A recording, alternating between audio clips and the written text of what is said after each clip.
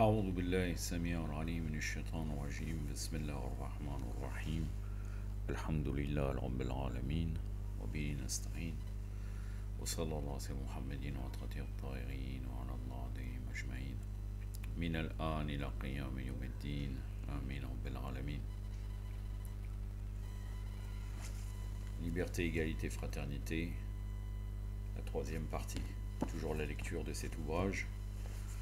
Nous sommes arrivés à un chapitre qui s'appelle la philosophie du djihad. Ça va être la philosophie du djihad dans l'islam, ça va être très très long. Enfin très long. Plus long que la dernière fois qui était 1h20. Je pense que j'arrive à 1h30 à peu près.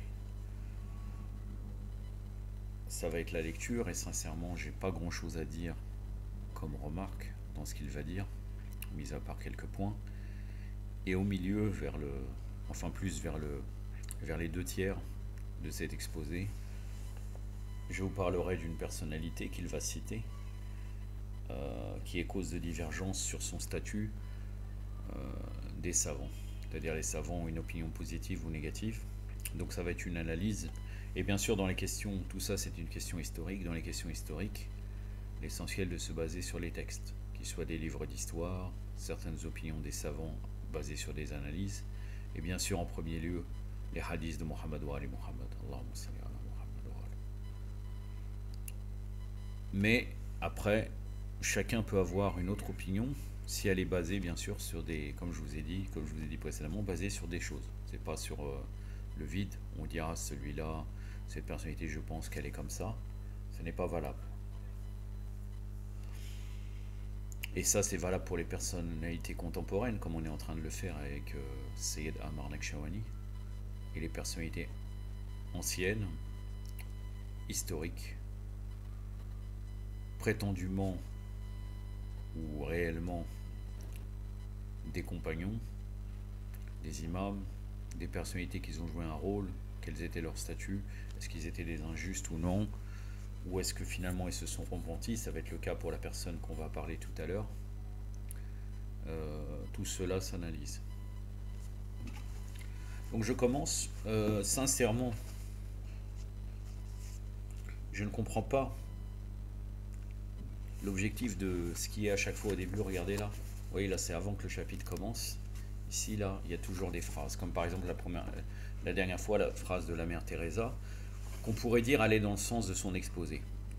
Là, vous allez voir, ça ne va pas du tout dans le sens de son exposé. Là, c'est des paroles de certaines personnes qui condamnent bien sûr le djihad et qui disent l'influence négative des sites djihadistes ou autres, qui en fait n'a rien à voir avec son exposé, car son exposé va développer le sujet du djihad dans différents domaines, et non pas seulement le combat. Et son exposé est très très bien, sincèrement, il n'y a aucun doute là-dessus. Donc je vous lis les phrases, et bien sûr j'ai recherché qui sont ces personnalités qui ont dit ces phrases-là.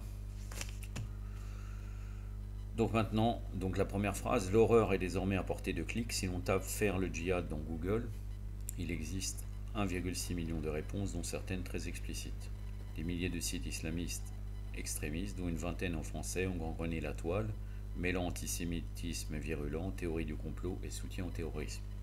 On en compterait quelques 5000 selon le chercheur Mark Knobel qui publie en mail Internet de la haine. Ces sites prônent le djihad à mots plus ou moins couverts, leur nombre enfle comme un hydre qui s'étend et se recompose lorsqu'on cherche à la contrer, instantanée et mondiale comme la toile. Cette propagande en ligne s'avère efficace.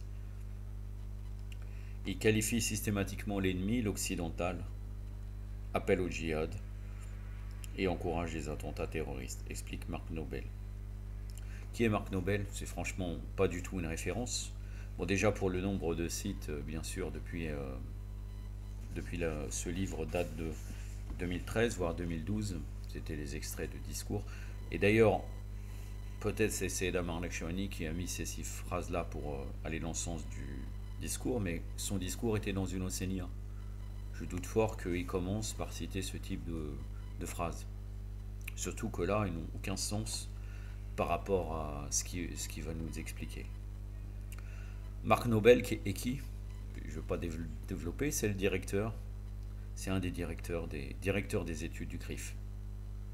Parce que maintenant il a changé, en tout cas à l'époque. Donc ça se passe de commentaires. Hein. Qu'est-ce qu'on peut dire?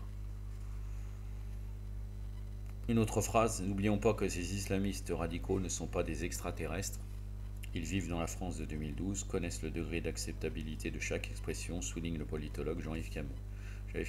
Jean-Yves Camus qui apparemment est devenu pro-palestinien, malgré qu'avant apparemment il était un peu dans un autre sens, d'après ce que j'ai lu dans sa biographie. Hein. Si vous tapez Jean-Yves Camus sur Wikipédia, vous trouverez cela. C'est un politologue spécialiste de l'extrême droite française et des groupes radicaux islamistes.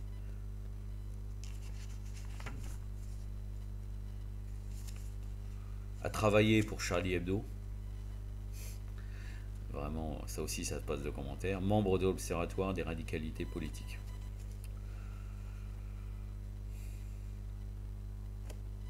Bon, après, la personnalité que je vais vous citer là, vous la connaissez sans aucun doute, il n'y a pas de doute là-dessus. Désormais, toute personne qui consultera de manière habituelle des sites internet qui font l'apologie du terrorisme ou qui appellent à la haine et à la violence sera punie pénalement, annoncé Nicolas Sarkozy, extrait d'un article publié sur le Figaro.fr le 29/3/2012.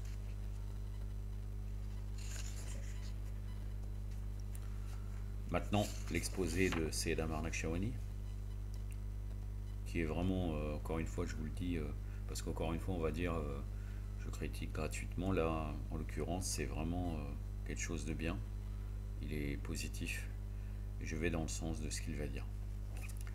Et je pensais vraiment qu'il allait orienter ça uniquement du côté du djihad el-akbar, c'est-à-dire la lutte contre l'âme, mais il va parler du djihad armé aussi.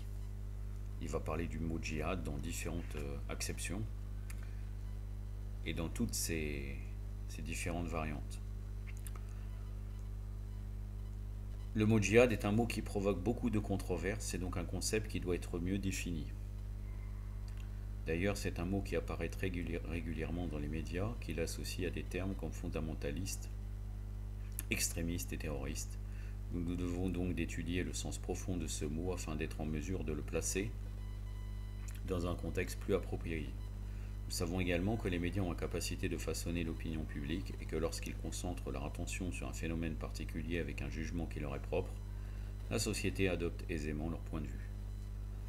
Il est donc primordial aujourd'hui d'expliquer ce mot et d'apporter plus de détails sur l'utilisation de ce dernier dans le Coran et dans les hadiths, sachant que beaucoup de gens ont une mauvaise interprétation et que beaucoup d'idées fausses ont été bâties autour de ce mot.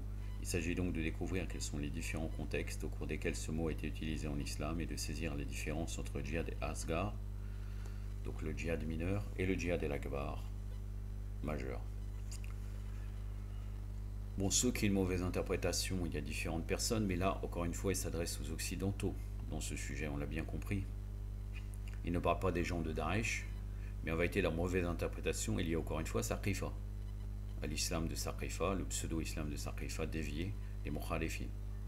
Car chez eux, la tuerie est fréquente, et même ils ont des hadiths qui vont dans ce sens-là, au niveau du prophète, sallallahu alayhi wa alayhi.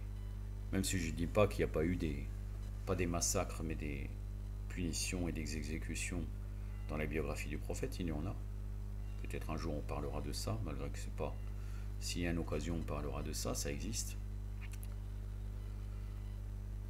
Entre autres avec Bani Quraïda, qui avait trahi le pacte. Mais bon. En tout cas, là, quand il dit qu'il y a une mauvaise interprétation, nous devons mieux justifier et expliquer le mot. Ça va dans le sens aussi même de Tariq Ramadan. Tariq Ramadan plusieurs fois l'a fait parce que toujours il est dérangé par le regard des autres et il veut se justifier tout le temps pour aller dans le sens de l'Occident. Et là, en fait là,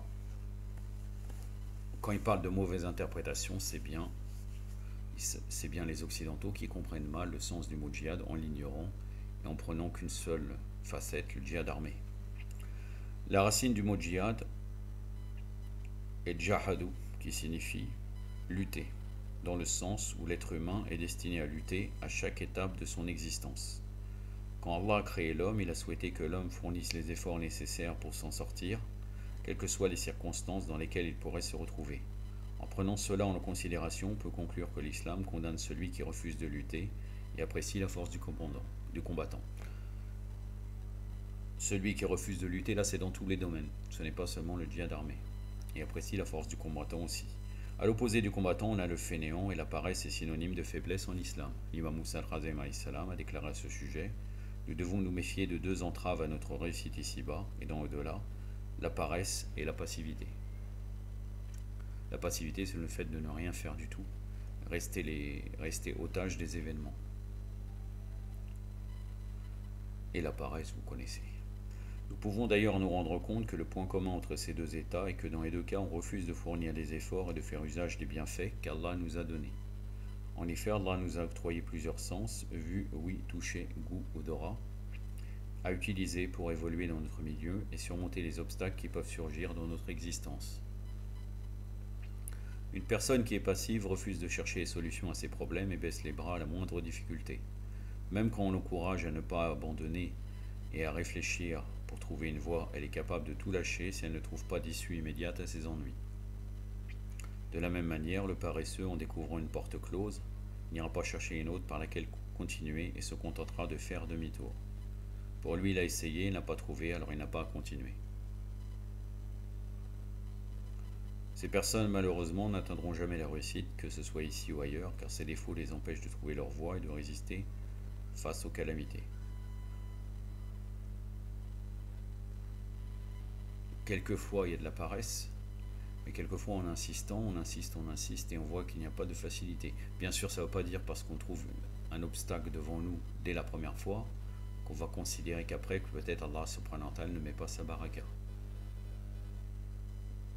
Car quelquefois, c'est nous-mêmes qui n'avons pas assez bougé. C'est-à-dire, c'est un peu complexe, mais parfois, en insistant, en fait, c'est comme si on s'oppose au décret d'Allah. Allah Azza wa Jalla, il veut nous protéger de cette chose-là, de ce projet, et finalement, on insiste. Mais par contre, bien sûr, dans les premiers cas, quand on trouve un obstacle, on ne devrait pas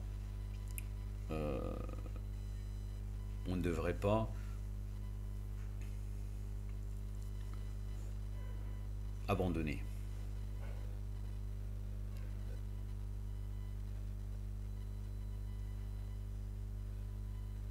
De plus, le fainéant tombera facilement sous l'emprise de Shaitan, Satan, d'où le fameux proverbe qui dit l'oisiveté est la mère de tous les vices. Une personne qui est oisive manque de volonté et elle n'a pas le sens du djihad en elle, des efforts, de faire des efforts. Elle fuit les problèmes au lieu de les surmonter. Lorsqu'on étudie l'histoire de l'islam, on découvre des personnes dont la capacité à lutter était limitée. À un moment donné de leur vie, elles ont décidé d'arrêter leur combat. Je vais vous donner un exemple. Là, en l'occurrence, j'ai trouvé que c'est un mauvais exemple. Car au lieu de donner un exemple concernant vraiment l'histoire de l'islam, il nous parle des ennemis de l'islam, vous allez voir.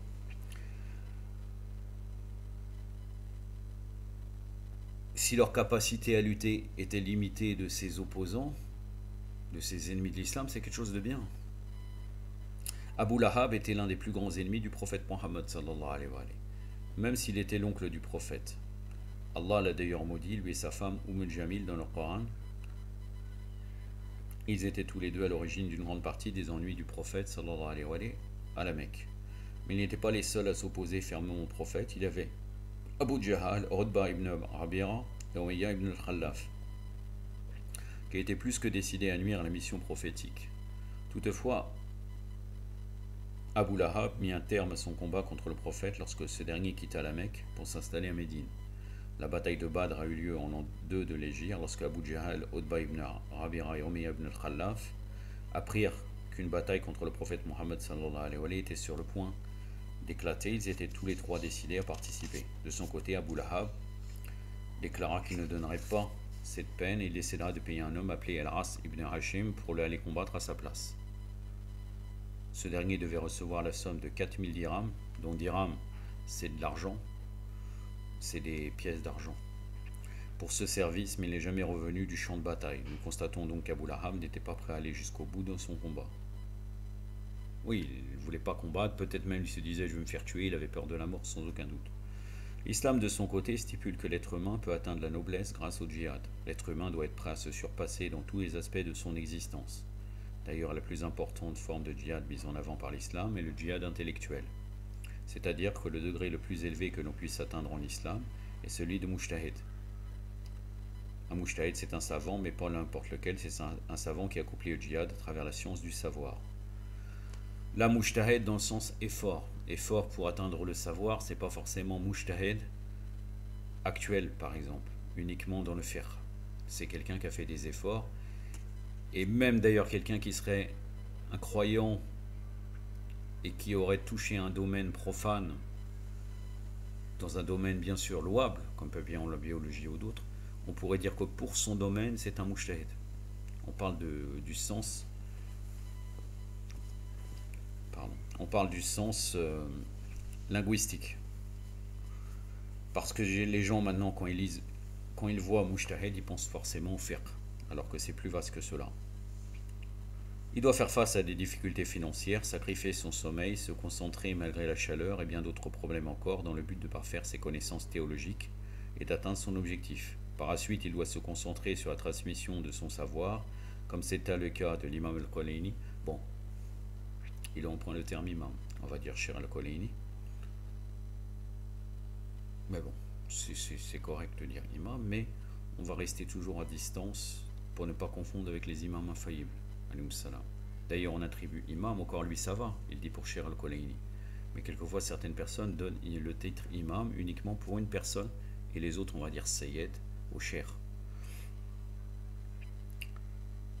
Alors que l'oraloïen, bien sûr, imam, c'est aussi ceux qui nous appellent au feu, ou celui qui dirige la prière, celui qui prend le devant.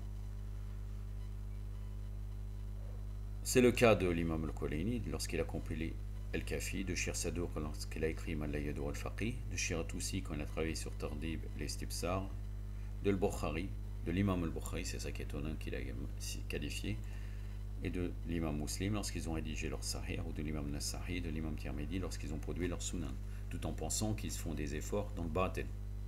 Ces quatre personnalités, Bukhari, Muslim, Nasa'i, Tirmidhi, donc les louer et le mettre au même niveau que Shir Toussi pour leur effort, c'est un peu problématique. Un effort qui n'est pas orienté vers Allah Azzawajal. Il est peut-être mieux, à mon humble avis, de citer des exemples de gens qui ont fait pour Allah Azzawajal. Là, en vérité, il rentre dans le sujet de mujtahid encore en parlant du fiqh, parce que mis à part El-Kulaini, bon, c'est des muhaddissin, Shir Sadour et Shir Toussi. El-Kulaini, c'est le seul qui parle de croyance dans son livre Al-Kafi. Sinon, tout le reste, c'est une compilation de hadiths qui concerne le fiqh. Donc là, encore de mujtahid. Mais en vérité, là, quand il parle de mujtahid, ce n'est pas, encore une fois, le fiqh. On a bien compris ce qu'il veut dire. C'est celui qui fait des efforts dans différents domaines. Tous ces œuvres n'auraient pas vu le jour sans le djihad effectué par tous ces savants qui ont fourni d'immenses efforts pour assimiler tout ce savoir afin de maîtriser les lois islamiques. Un exemple concret pour souligner le fait que le djihad ne s'accomplit pas uniquement sur un champ de bataille est celui de l'auteur Mifatul Ulum. Ce livre fait partie du programme des élèves inscrits au Hawza pour apprendre l'écriture arabe. Et il renferme une étude sur les 12 sciences qui gouvernent la littérature arabe. Donc celui qui souhaite parfaitement maîtriser la langue arabe doit étudier cet ouvrage. Mais celui qui nous intéresse, c'est son auteur. Pourquoi? Parce que jusqu'à l'âge de 30 ans, l'auteur de cet ouvrage était un forgeron. Il n'avait aucun lien avec le savoir. Son nom était Sarajuddin as-Saqaqi. Et comme tout le monde, il allait quotidiennement travailler pour gagner son pain. Un jour, il demanda de fabriquer quelque chose pour le roi. Une fois le travail achevé, il se rendit au palais pour remettre sa commande au souverain. De son trône, le roi jeta un coup d'œil à son travail et le félicita pour le résultat qui était à son goût. Puis tout à coup, un homme entra dans la salle et le roi et toute sa cour alla à sa rencontre pour lui faire bon accueil. Le forgeron voulut connaître l'identité de l'arrivant. On lui répondit qu'il s'agissait du savant de la ville. Le forgeron se dit alors: j'ai présenté mon travail au roi, il s'est contenté de me remercier. Mais cet homme, à peine a-t-il posé le pied dans la salle que tout le monde a couru, le roi est compris, pour lui c'était la bienvenue. J'ai fourni des efforts, tout comme ce savant. Mais pour quelle raison est-ce qu'on lui montre plus de respect qu'à moi? C'est à ce moment-là que ce dernier décida de s'inscrire dans le Hawza. Il se dit que même s'il avait déjà atteint la trentaine, il n'était pas trop tard pour lui de commencer à s'instruire. Lorsqu'il alla au secrétariat pour obtenir son admission, on lui adressa des remarques sur son âge, sachant qu'en général, les élèves intégraient l'établissement entre 12 et 15 ans. Mais il était bien décidé à entrer, expliqua qu'il voulait absolument essayer. Sa candidature fut acceptée grâce à son obstination et lui donna le conseil suivant. Il faut que vous soyez bien conscient du fait que vous êtes sur le point d'entreprendre un important djihad, donc toujours le terme djihad, en tant qu'effort. Dans le domaine du savoir, il faudra persévérer et ne pas abandonner. Le nouvel élève acquiesça, et c'est ainsi que débuta son aventure. Tous les jours, il allait suivre ses cours, et puis à un moment donné, un de ses professeurs lui annonça que le moment était venu pour lui de préparer un exposé. C'est ce qui se passe en général dans les hawza. On va en cours pour écouter, prendre des notes et apprendre, et après une période donnée, on nous demande de faire une présentation qui doit ensuite fournir par un débat avec le reste de la classe. L'ex-forgeron demanda des détails sur le sujet qu'il allait devoir présenter. Son professeur lui expliqua qu'il aura exposé ses arguments pour la règle de fiqh, science des lois islamiques, suivante. Même après le tannage, le chien reste impur. En opposition avec ce que dit les mukhalifines, puisque pour les mukhalifines, le tannage purifie. Donc on peut mettre une peau de bête qui ne serait pas égorgée selon les rites sur soi et faire la prière avec. J'avais déjà fait une vidéo sur ce sujet concernant, qu'on retrouvera dans la playlist jurisprudence de la secte Bakri. En effet, il y a une règle de jurisprudence islamique qui stipule que la peau d'un animal devient pure après le processus de tannage, à l'exception de la peau du chien et du cochon.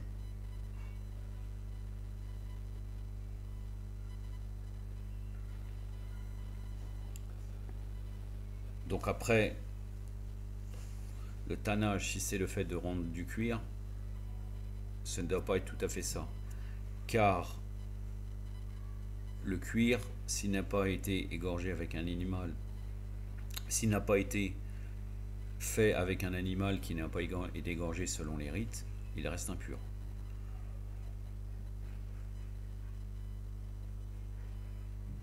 En tout cas, ça devient pur après le tannage, à l'exception de la peau du chien et du cochon. Il accepta le sujet qu'on lui avait proposé et prépara son exposé. Le jour venu, les autres élèves s'installèrent pour l'écouter. Le professeur lui donna le signal pour commencer. Comme c'était la première fois qu'il allait animer un débat, il commença à stresser. Il savait qu'il devait commencer par « Mon professeur dit que le chien reste impur même après un tannage. » Mais voilà ce qu'il déclara. « Bismillah ar-Rahman ar-Rahim, au nom d'Allah, le clément, le miséricordieux, mon chien dit que le professeur reste impur même après le processus de tannage. » L'assemblée fut choquée, on lui demanda de répéter sa phrase. Sous l'effet du stress, il ne réalisa même pas qu'il avait fait une faute et recommença à dire « Donc mon chien a dit que le professeur reste impur même après le processus du tannage. » Bien sûr, au bout d'un moment, il comprit son erreur. Il se dit alors qu'il devait admettre qu'il n'avait pas la capacité intellectuelle nécessaire pour s'en sortir et qu'il est temps pour lui de renoncer et de se montrer réaliste. Alors qu'il était sur le point de partir, son attention fut attirée par la vue d'une montagne. Il remarqua qu'il y avait un filet d'eau qui coulait du haut de cette montagne. Cette eau atterrissait brutalement sur une grosse pierre. Regardez là, le tawfiq min Allah. C'est-à-dire Allah subhanahu wa ta'ala l'a mis dans sa tête le fait de réfléchir et l'a protégé pour qu'il puisse continuer ses études. Il l'a orienté pour qu'il puisse continuer ses études à travers une chose que peut-être il aurait remarqué dans d'autres moments. Il n'aurait pas prêté attention, il n'aurait pas tiré les conclusions nécessaires. Là, regardez, il voit une chose qui pourrait, dans sa région, ou bien surtout à cette époque-là, quelque chose de banal. Regardez. Un filet d'eau qui coulait du haut de cette montagne. Cette eau atterrissait brutalement sur une grosse pierre. En voyant cela, il se mit à réfléchir. Je me demande depuis combien d'années cette eau s'abat sur ce rocher. Je suis sûr qu'à l'origine c'est un caillou bien pointu et bien tranchant, mais que le contact continu avec l'eau a fini par le transformer et le rendre lisse. Je devrais faire pareil au lieu de fuir. C'est l'esprit qu'il faut avoir lorsqu'on est en train de mener un combat. Par exemple, pour devenir mujtahid et acquérir le savoir, on ne doit pas faire demi-tour dès qu'on fait une erreur. On doit combler ses lacunes pour avancer et même dépasser ses limites. Et on aura alors la surprise de découvrir ce que l'on est capable d'accomplir. C'est ainsi qu'à l'âge de 40 ans, il réussit à produire une œuvre comme Miftah al-Ulum, donc la clé des sciences. Bon là c'est sur la langue arabe. Et jusqu'à aujourd'hui, le fruit de ses efforts a trouvé sa place dans les bibliothèques des Hawza, qui aurait pu prédire qu'en 10 ans, il deviendrait l'auteur d'un livre indispensable. Cette histoire souligne le fait que le djihad ne s'applique pas uniquement au champ de bataille. Écrire un livre est une forme de djihad. L'éducation des enfants est une forme de djihad. Nous pouvons d'ailleurs constater que le concept de djihad a été étudié en profondeur par les différentes écoles de l'islam. Par exemple, voyons ce qu'on apprend sur le djihad à l'école de, il a dit imam encore une fois, je ne sais pas pourquoi. Ibn al-Qayyim al-Jawziyya. Qayyim signifie directeur et Jawziyya est le nom de l'école qui se trouve à Damas en Syrie. Ibn al-Qayyim al-Jawziyya est l'un des savants les plus célèbres issus d'une des écoles de nos frères en islam. Encore une fois, école de nos frères en islam. On va changer. Ibn al-Qayyim al-Jawziyya est l'un des savants les plus célèbres issus d'une des sectes Bakri. Lorsqu'il a étudié le concept du djihad, il a déclaré que lorsqu'on mentionne le mot djihad, il ne s'agit pas d'imaginer directement une guerre et un combat physique, non. Il a divisé le djihad en 4 parties. Le djihad contre son ego, le djihad contre Satan, le djihad contre les hypocrites et les mécréants et le djihad contre les innovateurs. De la même manière, Ahlul Bayt, donc l'islam de Ahlul Bayt, lui il a marqué école, mais ce n'est pas une école comme vous savez très bien, classe le djihad en 2 catégories, le djihad et l'asghar, donc mineur, le petit djihad, et djihad et l'akbar, majeur, le grand djihad, le plus grand djihad. Donc djihad et l'asghar, le mineur, le petit djihad et le grand djihad. Le djihad et l'asghar est le djihad qui se déroule sur le terrain avec les armes. Le djihad et l'akbar en islam désigne le djihad que l'on mène contre sa propre personne. Un jour, le prophète Mohammed sallallahu alayhi wa alayhi, en retournant d'une bataille avec ses compagnons, a déclaré: nous quittons le domaine du djihad et l'asghar, donc du petit djihad, pour repartir vers le plus grand djihad, djihad et l'akbar. Beaucoup de gens pensent que prendre les armes représente le djihad le plus grand, mais c'est faux. Une fois que nous aurons expliqué les 2 formes de djihad, nous saurons pourquoi l'un est appelé al-asghar et l'autre akbar. Toutefois, le qualificatif al-asghar ne signifie pas qu'il faille prendre cette forme de djihad à la légère. Nous savons tous que le djihad est l'un des furu'ad-din, branche de l'islam, puisqu'il y a les usul qui concernent les croyances, et furu', c'est les piliers au niveau du fiqh. Fiqh et quelques points de la croyance comme wilaya al-bara, qu'ils ont qualifié dans le furu', mais en vérité le furu' on peut le retrouver en réalité dans les usul, dans l'imama. Car dans l'imama, il est normal de faire le wilaya avec Allah, le prophète et Ahlul Bayt, et de faire le bara, le désaveu, vis-à-vis des ennemis de Allah, du prophète et des Ahlul Bayt. En tout cas, furu'ad-din, en règle générale, c'est le fiqh. Donc le djihad est régi bien sûr par le fiqh. Et le djihad et l'asghar est régi par plusieurs lois et conditions. Il ne s'agit pas de prendre les armes dès que l'envie nous en prend. Les disciples chiites stipulent que le djihad et l'asghar est obligatoire pour tous les musulmans. Toutefois, la condition est qu'il s'agisse d'une opération défensive. Elle peut être lancée par un des savants religieux qui est reconnu pour son intégrité. Et s'il s'agit d'une guerre offensive, elle ne peut être ordonnée que par un saint imam.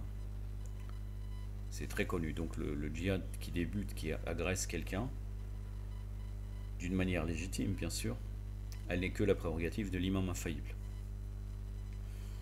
Sans aucune exception, je l'avais dit en traduisant ce que disait Cheikh Mohammed Sanad, je pense dans le 26e ou 27e partie de commentaire de Dora Notba, mis à part 2-3 savants, dont entre autres un savant très connu. Ce n'est pas notre sujet.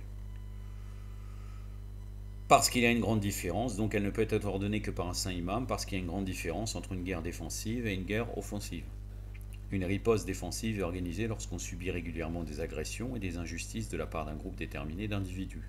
Pour ce genre de djihad, il n'y a pas d'initiation puisqu'il s'agit juste de défendre ses droits. C'est-à-dire qu'il n'y a pas de commencer, on défend. Et son territoire, comme c'était le cas pour la bataille de Badr, la bataille de Uhud, la bataille de Khandaq ou la bataille de Khaybar. Toutes ces campagnes de défense ont été ordonnées par le prophète au nom d'Allah, sallallahu alayhi wa sallam, pour mettre fin aux attaques extérieures. Pourquoi est-ce que cette forme de djihad est-elle vitale? Parce qu'il s'agit de défendre sa communauté contre l'injustice et l'oppression. Aucune autre raison ne peut justifier le petit djihad et l'asghar, même s'il y a des gens qui pensent qu'il s'agit d'exterminer ses ennemis. Ça revient encore une fois à ce que disait Cheikh Mohammed Sanad.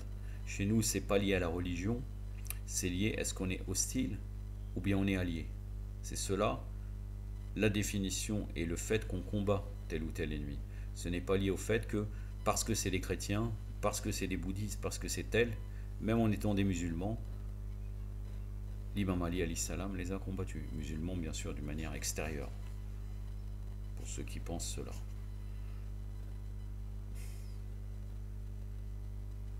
C'est pour cela que dans le Coran, Allah exprime sa colère contre ceux qui ne sont pas prêts à accomplir le djihad, le petit djihad, djihad et asrar.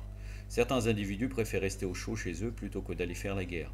Ils déclaraient voir tout ce qu'il leur fallait dans leur maison, la nourriture, la famille et la sécurité, qu'ils ne souhaitaient rien de plus. Ils ne voyaient pas l'utilité de sacrifier leur bien-être pour aller combattre sous la chaleur du désert, des adversaires féroces et déterminés. Pourquoi Allah, subhanahu wa ta'ala, manifeste-t-il son mécontentement contre ces personnes? Tout simplement parce que ces personnes accordent plus de valeur à leur existence et à leur confort qu'à la survie de l'islam et de la communauté. D'ailleurs, le Coran relate une histoire intéressante sur 3 individus qui ont refusé de participer au djihad, au petit djihad, djihad al-asghar, du temps du prophète Mohammed sallallahu alayhi wa sallam. Qui étaient-ils? Dans le verset 118 du chapitre 9, donc chapitre At-Tawbah, ou bien des aveux, qui est appelé aussi des aveux, car elle commence par le mot bara. Le verset 118, Allah le cite explicitement et commence le verset en déclarant: il accueillit le repentir des 3 qui étaient restés en arrière.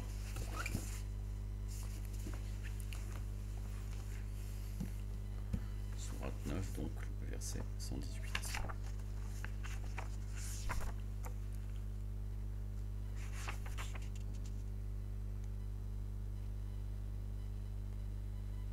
C'est uniquement, bien sûr, le début du verset.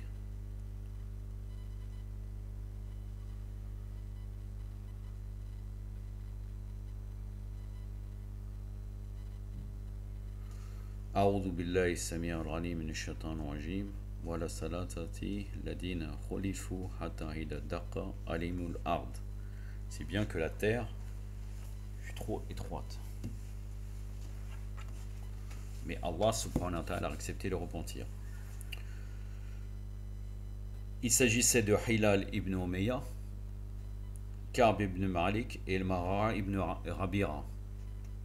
Le prophète Mohammed sallallahu alayhi wa alayhi avait demandé à ses compagnons de l'accompagner à la bataille de Tabouk. C'était l'une des dernières batailles et c'était la seule fois où Ali ibn Abi Talib alayhi salam n'était pas présent. De toutes les expéditions organisées par le prophète sallallahu alayhi wa alayhi, c'était la seule où il ne demanda pas au commandeur des croyants Ali alayhi salam de participer parce que le prophète souhaitait qu'il reste à Médine pour protéger la ville des agissements des hypocrites. Il était indispensable de nommer un gouverneur par intérim pour s'occuper des affaires de Médine et la tâche n'était pas des plus simples, sachant qu'il y avait beaucoup de gens mal intentionnés qui cherchaient à déstabiliser l'ordre public. Donc les autres partisans du prophète sallallahu alayhi wa alayhi ont été invités à se diriger vers Tabouk. Toutefois, les 3 personnages qui étaient plus hauts ont fait preuve de réticence. Quelle excuse ont-ils présenté? L'un d'eux a déclaré qu'il faisait vraiment trop chaud, alors il préfère rester chez lui et se détendre. Le deuxième dit qu'il allait d'abord demander à ses parents l'autorisation d'accompagner le prophète. Et pourtant, il y a un verset dans le Coran qui dit le prophète a plus de droits sur les croyants qu'il en a sur eux-mêmes. Je vais commenter cela. Il y a eu quelques exceptions dans l'histoire. Mais bon, il faut bien comprendre que dans l'islam, et en réalité partout, l'exception ne confirme pas la règle. On dit l'exception confirme la règle, non. On peut trouver beaucoup de sujets où en fait il y a une règle générale et on ne va pas prendre en compte les exceptions.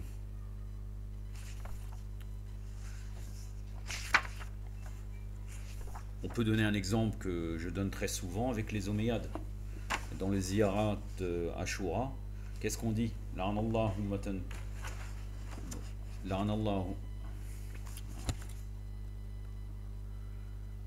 Bani Umayya qatibatan, c'est-à-dire tous les Bani Umayya.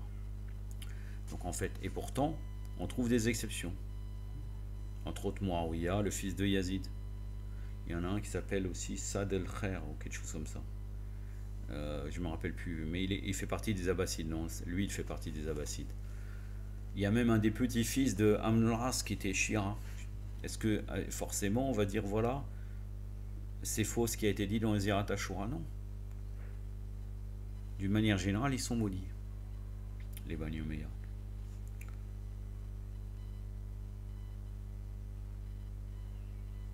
Qu'est-ce qu'il est dit? Le verset 6 de Sourate 33. Je ne sais pas pourquoi je suis parti à 33. On est tellement habitué à lire très fréquemment ce verset qu'on arrive là-bas. Voilà. أعوذ بالله السميع العليم من الشيطان الرجيم النبي أولى بالمؤمنين من أنفسهم صدق الله العلي العظيم. Donc là, on confirme l'autorité du prophète sallallahu alayhi wa sallam. Donc là, bien sûr, et il a raison de ne pas citer une exception, il veut dire comme quoi il n'y a pas d'excuse. Lui, il a dit qu'il devait demander autorisation de ses parents. Mais il y a des cas où le prophète sallallahu alayhi wa sallam a refusé que telle personne fasse le djihad. Entre autres avec Jabir ibn Abdullah al-Ansari qui avait 6 sœurs. Et ses parents étaient... Lui, il était jeune, je crois qu'il avait 16 ans, quelque chose comme ça. Ses parents étaient décédés ou tombés martyrs, je n'ai pas en tête s'ils étaient décédés ou tombés martyrs.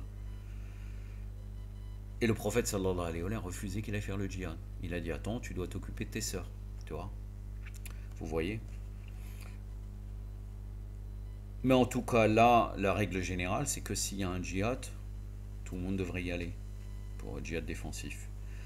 Donc le musulman n'est pas donc autorisé à faire passer ses parents avant le prophète d'Allah. Là, c'était ses parents, là, c'était ses sœurs. Ses parents. Donc lorsque le prophète, puisque normalement ses parents devraient être en accord avec le fait qu'il aille faire un djihad défensif, surtout par le prophète, sallallahu alayhi wa sallam. Le prophète est là. Donc lorsque le prophète leur a demandé s'ils allaient le suivre, ils ont dit vouloir réfléchir et lui ont demandé de partir en avance et que s'il se déciderait, il le rejoindrait directement sur place. Malgré que c'est un petit peu différent. En fait, moi je vous ai parlé de Jabir ibn Abdullah al-Ansari, ses parents décédés, il est comme un tuteur. Et là on parle des parents. Donc le jugement est forcément différent. Après le départ des autres, les 3 compagnons, mais il est possible bien sûr que certaines personnes, s'il te dira tu dois suivre de ton père, peut-être qu'il est trop jeune, je ne sais pas. Mais en l'occurrence dans cette question-là, en règle générale, c'est comme cela. S'il y a un djihad, pas besoin de demander l'autorisation des parents. Après le départ des autres, les 3 compagnons se retrouvaient tous les jours et reportaient à chaque fois leur départ au lendemain, jusqu'au jour alors qu'ils s'étaient enfin décidés à rejoindre leurs congénères. Le prophète sallallahu alayhi wa sallam lui-même était en train de retourner chez lui. Au cours des jours qui suivirent, ils ont constaté que les gens en ville les évitaient et que personne ne répondait à leurs salutations. Encore un argument qui existe à travers le hadith que le munharif clair n'est pas obligé de lui répondre son salam. C'est rare que les gens connaissent cela, mais il y a beaucoup de hadiths. Entre autres, si vous pouvez retrouver dans la série de Shiryas al-Habib Bina Sharsiyat al-Mustaqbal, il parle de ces exceptions-là. Il y a même des cas où on ne salue pas en premier. En règle générale, on salue, c'est obligatoire de répondre au salam, mais le munharif clair ne lui répond pas. Là, vous voyez très bien qu'après qu'ils ont refusé d'aller au djihad, ils saluaient les gens, personne ne leur répondait. Bien sûr, avec quoi? Sûrement avec l'accord du prophète, sallallahu alayhi wa sallam, que les gens ne lui répondaient pas. Même leur épouse éprouvait de la honte à leur sujet. Ils sont allés voir le prophète, sallallahu alayhi wa sallam, pour lui demander au prophète comment devons-nous nous comporter à l'égard de nos maris qui ont refusé de prendre part au djihad et l'asrar. Devons-nous nous séparer d'eux? Le prophète Mohammed sallallahu alayhi wa sallam, donc au petit djihad, le djihad armé, déclara non. Vous pouvez continuer à vivre sous le même toit et vous devriez abandonner le lit conjugal. Cette réponse suffit pour comprendre l'importance du petit djihad. Les 3 amis ont commencé à se sentir mal. Le fait d'être mis au banc de la société les incita à se remettre en question. Leur Coran dit, ils se sentaient à l'étroit dans leur propre personne. L'expression à l'étroit dans leur propre personne, je reviens, verset 118, sourate 9.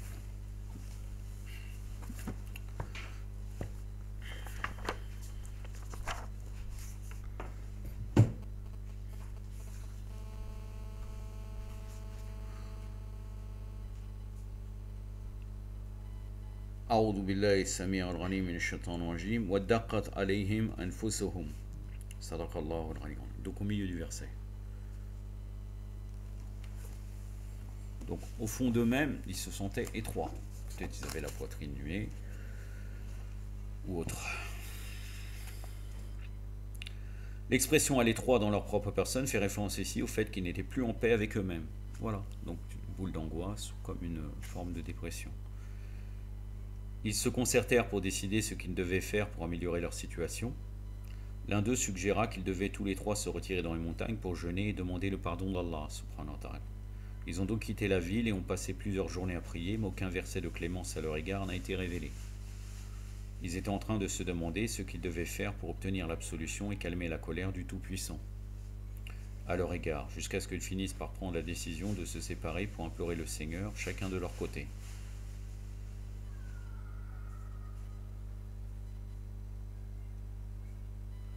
Pourquoi devaient-ils procéder à force? Ils avaient quand même une certaine pureté, puisqu'ils sentent au fond d'eux-mêmes qu'ils ont fait un péché. Il y a des gens, au bout d'un moment, quand ils font beaucoup de péchés, ils ne sentent plus rien. Eux, ils ont ce resserrement dans la poitrine qui démontre qu'ils savent qu'ils ont fait quelque chose de pas bien. En plus de ça, avec l'attitude de leur épouse et aussi l'attitude aussi des gens qui ne les saluent plus, ça confirme ce qu'ils avaient fait qui n'est pas correct.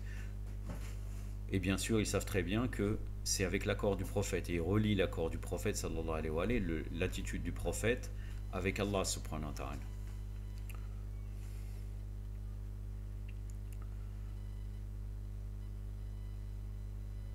Pourquoi donc ils devaient se séparer pour invoquer Allah, chacun de leur côté? Parce qu'en tant qu'amis, ils étaient censés être de bons conseils les uns envers les autres. Mais ils ont failli à leur devoir d'amis, ils ont donc chacun pris une direction différente et ils ont imploré Allah, exprimé leur regret du fond du cœur. Au bout de 3 jours, le verset 118 du chapitre Tauba, comme je vous ai cité précédemment là, mais là en entier, il accueillit le repentir des trois qui étaient restés à l'arrière, si bien que tout vaste qu'elle fût, la terre leur paraissait exiguë. Ils se sentaient à l'étroit dans leur propre personne, ils pensaient qu'il n'y avait d'autre refuge d'Allah qu'auprès de lui. Puis il agréa le repentir pour qu'ils reviennent à lui, car Allah il accueille le repentir, le miséricordieux. Moi je vous invite à revenir entre autres à Tafsir al-Burhan, Tafsir Nur al-Saqalayn, pour regarder bien si ça ne concerne uniquement ce récit. Bon là on parle de Asbab al-Nuzul, donc forcément il y aura ce récit, mais il y aura un autre, peut-être il y aura une autre signification qui nous échappe totalement, validée par les hadiths de nos imams. أعوذ بالله السميع العليم من الشيطان الرجيم ولا تلاتة الذين خلفوا حتى إذا دقت عليهم الأرض بما خربت ودقت عليهم أنفسهم وظنوا وما الجوى من الله إليه ثم تاب عليهم ليتوبوا إن الله هو التواب الرحيم صدق الله العلي العظيم. Nous pouvons donc conclure qu'un regret n'est accepté auprès d'Allah que lorsqu'il est exprimé avec sincérité et qu'il est inutile de chercher des excuses pour échapper à ses obligations. Je reviens sur ce que je vous ai dit concernant le tafsir, car dans son livre Sayyid Amar Naqshbandi, dans son livre qui existe en audio, qu'un frère a déjà commencé à publier en audio,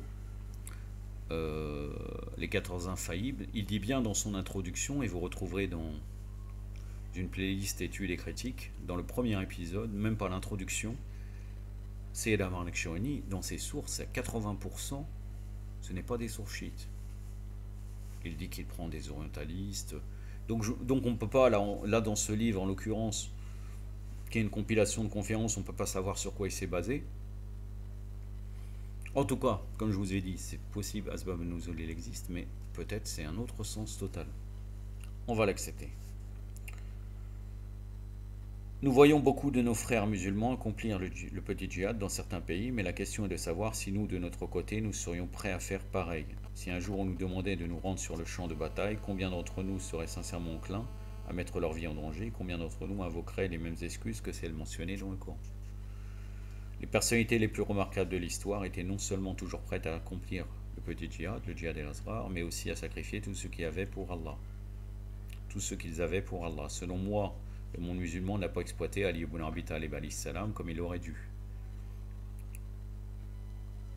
Bon, ça c'est habituel à Sayyid Amar Naqshbandi de dire cela.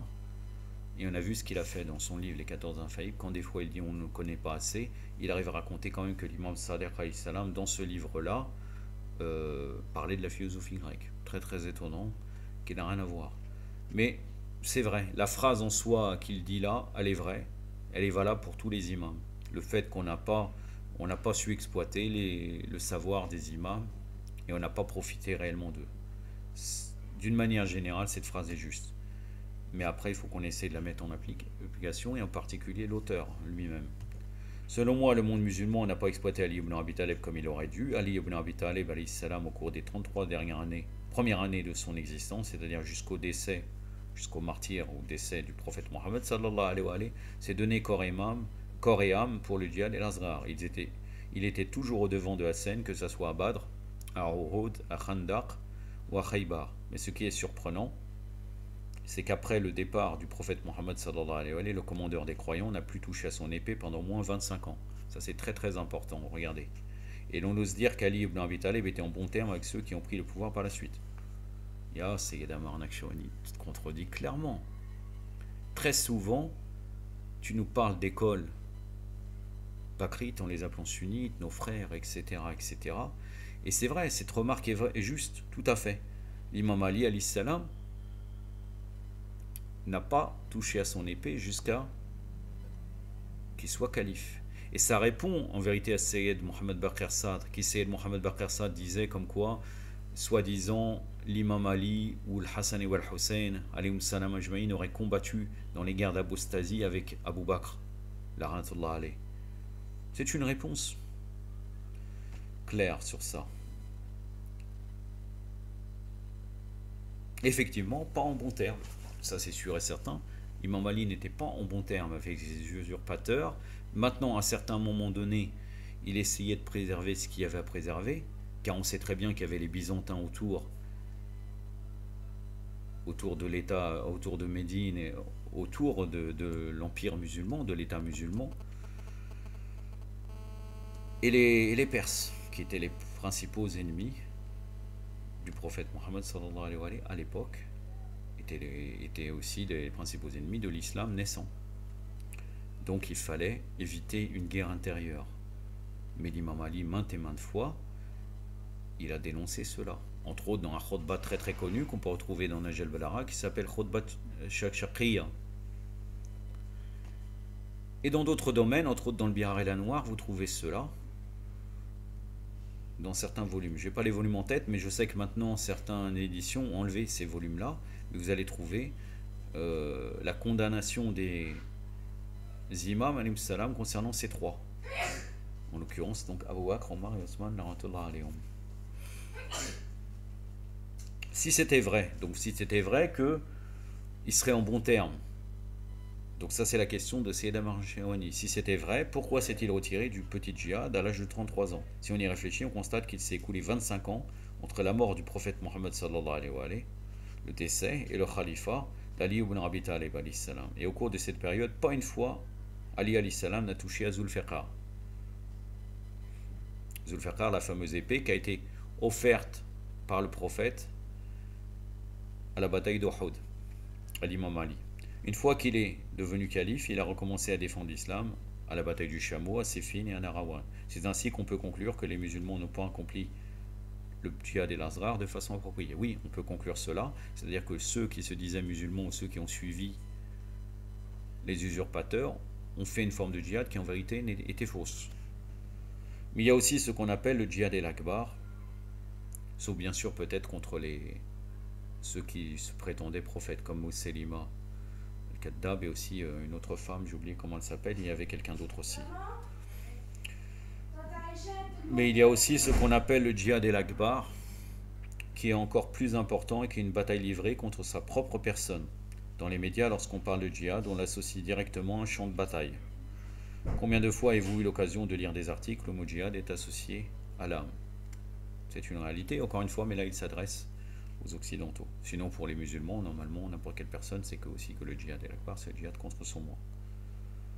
Et pourtant, selon l'islam, le djihad que l'on mène contre soi est bien plus vital que le djihad physique. Beaucoup de philosophes se sont demandé pour quelle raison le combat intérieur est-il plus remarquable que celui où on met sa vie en péril. Plusieurs réponses ont émergé.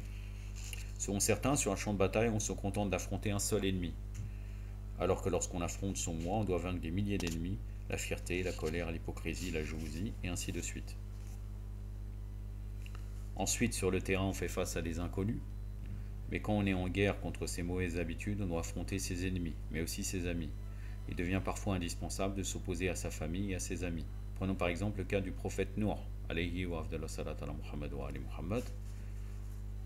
Son djihad n'était pas un combat physique. Non, son djihad l'opposait à son propre fils. C'est la forme de djihad qui est particulièrement pénible. Pourquoi? Parce que le cœur ne peut s'empêcher de se dire que même si c'est un ennemi d'Allah, ça reste un proche et qu'il faut le protéger. Le prophète Nour, alayhi salam, quand il vit que son fils refusait de le suivre, s'adressa au Tout-Puissant en ces termes. « Oh Allah, Bien que mon fils refuse d'écouter mes conseils, je ne peux m'empêcher de l'aimer. Oh Allah, je t'en prie, sauve-le. Quelle était la réponse d'Allah?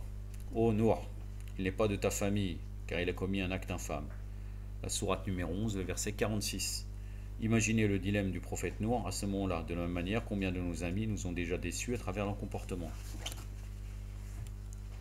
Je vais vous donner un autre exemple aussi qui est encore plus éloquent que cela, comme quoi il n'y a plus d'histoire de famille vis-à-vis de l'islam.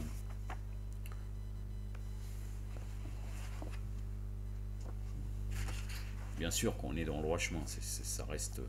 donc c'est la sourate Hud, verset 46.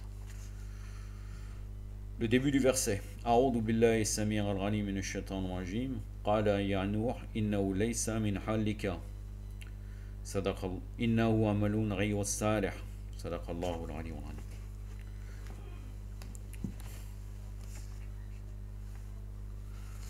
Nous avons l'exemple aussi de Mohammed ibn Abu Bakr radhiyallahu anhu qui disait devant l'imam Ali, Ashhadu annaka anta waliyullah, j'atteste que tu es le wali d'Allah et que mon père est en enfer. Que mon père est en enfer concernant Abu Bakr. Regardez le degré de sacrifice. Il n'a pas dit voilà, Abu Bakr, non, c'est mon père. Non, non, non. Il le considère, il atteste qu'il est en enfer et que l'imam Ali est vrai. Et ce qu'il dit est vrai. Il représente la vérité, il est la vérité totale. Un jour, le prophète Mohammed sallallahu alayhi wa sallam était accompagné de ses disciples lorsqu'il vit un homme soulever un rocher. Beaucoup d'entre eux s'émerveillèrent face à la force de cet homme capable d'un tel exploit. Savez-vous ce que le prophète leur a dit? Il leur a dit: celui qui contrôle ses désirs et qui purifie son âme est bien plus puissant que cet homme. Dans un autre de ses hadiths, le prophète a déclaré: celui qui se connaît son Seigneur. Qu'est-ce que cela veut dire? Lorsque le Coran mentionne le djihad contre l'ego, il place le moi en tant que baromètre pour évaluer le comportement de l'être humain. Je vais être plus explicite. Si vous souhaitez connaître le degré de pureté de votre âme, à savoir comment vous vous en sortez sur le plan du grand djihad, observez vos réactions face aux actes obligatoires et ce qui est interdit. Prenons l'exemple de la prière qui est obligatoire. On peut constater que tout le monde n'agit pas de la même manière. Il y a ceux qui se dirigent vers la prière dès qu'il est l'heure, au début du temps. Ensuite, il y a ceux qui préfèrent laisser un peu de temps s'écouler avant de s'y mettre. Si l'heure est à midi, ils vont accomplir la prière vers 14 heures. Enfin, il y a ceux qui se disent qu'ils vont prier uniquement quand ils trouveront du temps, quitte à tout expédier en une seule fois à la fin de la journée. On met totalement de côté la mort, là. Hein, on peut tout à fait mourir, c'est pour ça que c'est mieux de faire au début du temps. Maintenant, des fois, on peut avoir certaines excuses, mais en soi, le fait de repousser la prière alors qu'on aurait pu la faire, c'est un grand problème. On peut également faire de même avec ce qui est interdit. La musique, par exemple. Voilà, là, je suis tout à fait d'accord avec toi. C'est quelque chose de très important. Et cela démontre que tu n'adoptes pas la... J'espère que tu n'es pas, parce que vis-à-vis de ta propre formation, c'est la Marlek Shawani. J'espère que tu n'es pas dans l'inattention. Des fois, on parle de la musique interdite, et puis finalement, on écoute de la musique classique, certaines choses, on accepte certaines choses qui n'est pas normal. Mais alhamdoulilah, ce que tu dis c'est vrai, là tu dis la musique c'est interdit. Il y a ceux pour qui les choses sont claires, la musique c'est interdit, il n'y a pas d'autre choix. En second lieu, il y a ceux qui disent que je suis coupable si j'en écoute, mais ce n'est pas très grave, qu'il s'agit d'un péché vraiment bénin. Donc ils se font leur propre ijtihad, leur propre interprétation. En dernier, il y a ceux qui n'éprouvent aucune gêne à écouter de la musique. Elles vont jusqu'à se convaincre que la musique ne les affecte aucunement et qu'elles peuvent donc se permettre d'en écouter. Ça, on connaît tout ça. C'est des cas des gens que vous pouvez rencontrer, j'en ai déjà rencontré personnellement, qui vous diront non, moi ça me touche pas. Mais le charia, il n'est pas pour toi, mon frère. Le charia, il est pour tout le monde. Les exceptions, ça ne nous concerne pas. Et toi, tu dis que en vérité, ça ne te fait rien. Mais pourtant, l'écoute de la musique, ça entraîne la lascivité. Si quelqu'un après ne peut pas se lever pour salat, ne peut pas faire telle ou telle chose, il y a peut-être un problème, et entre autres la musique est peut-être une de ces causes-là.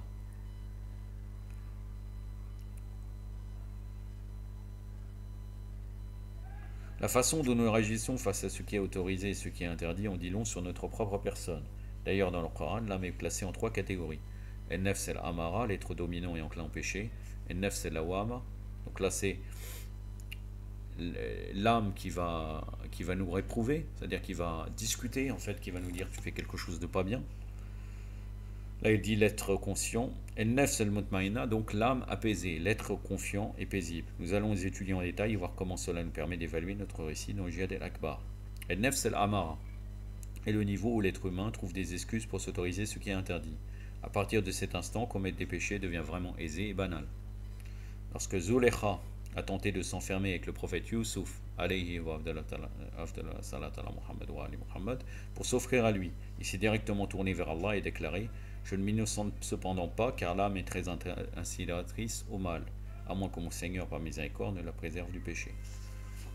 Donc il confirme, le prophète Youssouf, que l'âme est instigatrice du mal. Et nefs amaret obissou.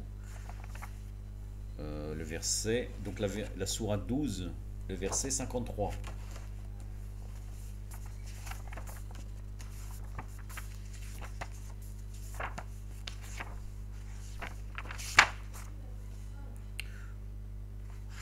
Finalement, je pense pas que je ferai 1h30. J'en suis à 55 minutes, mais il n'y a pas beaucoup de choses à rajouter. Il y a juste la vérification historique de la personne que je vais vous citer.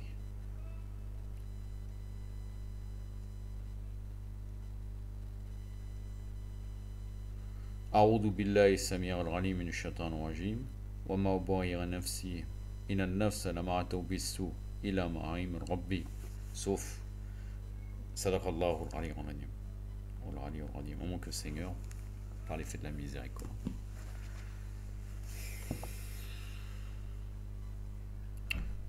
ne la préserve du péché. Si on arrête de mener le djihad contre sa propre personne, l'âme est plus encline à se tourner vers le mal et la culpabilité disparaît. C'est-à-dire après, ça devient banal de faire plein de choses qui n'est pas normal. Le fait qu'une femme non autorisée nous touche, il n'y a pas de problème. Hein, ça pose aucun problème, par exemple. On sera capable de boire de l'alcool ou d'écouter de la musique ou d'aller payer ses biens au casino sans réfléchir par deux fois. La conscience n'est plus en mesure de s'exprimer, elle est éteinte. Il y a d'ailleurs 2 incidents qui sont mentionnés dans le Coran et qui nous montrent de quelle manière le soi est capable de transformer le mal en bien. Le premier épisode est celui où les frères du prophète Youssouf, Joseph, l'ont jeté dans un puits. Ils étaient jaloux du fait que leur père préférait Joseph à ses propres enfants. Alayhi salam. Le vocabulaire utilisé dans le Coran permet de comprendre le degré de perversion de leur être. En rentrant, ils ont présenté à leur père, le prophète Yaqub, une chemise de leur frère qui était tachée de sang, prétextant qu'il avait été dévoré par un loup. Le prophète Jacob, leur dit qu'il ne comprenait pas comment le loup s'était débrouillé pour agresser Youssouf sans dégirer son vêtement. Franchement, avant que je lise ça de Sayyid al-Chouani, j'ai jamais pensé à ça. Comme quoi, vraiment, on lit le Coran, des fois on ne fait pas attention. Mais on ne pouvait pas le trouver, c'est-à-dire si on n'aurait pas été vers le tafsir, on ne peut pas trouver cela, car le verset ne dit pas cela. Mais Yaqub alayhi salam a remarqué que ça ne peut pas être un loup, parce qu'il n'a pas déchiré le vêtement. Il n'a trouvé que des traces de sang, de faux sang. Vos âmes plutôt vous ont suggéré quelque chose. La sourate 12, verset 18. C'est-à-dire que là, Yaqub alayhi salam a compris directement que c'était une duperie de leur part.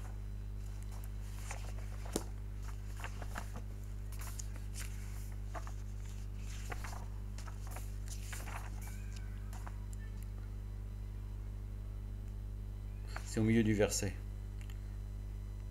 A'udhu billahi samir al-ghalim min ash-shaytan ar-rajim. Basawalat lakum anfusakum amran. Sadaqallahu al-ali al-ghanim. C'est votre moi qui vous a entraîné à faire cet acte.